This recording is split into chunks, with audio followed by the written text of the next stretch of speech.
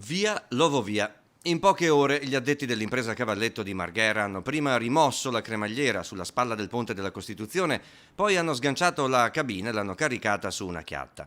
In poche ore l'ausilio elettrico per i disabili, del valore di 2 milioni di euro, praticamente mai utilizzato perché si bloccava a causa delle oscillazioni del ponte e per il tempo di percorrenza che metteva in difficoltà il disabile e l'accompagnatore, è stato smontato. L'Ovovia era stata realizzata subito dopo il ponte, dato che questo non aveva i requisiti di legge per il passaggio delle persone con difficoltà motorie, ma era subito risultata inservibile. Non è colpa di nessuno, non era mai funzionato, nessuno ha mai detto niente.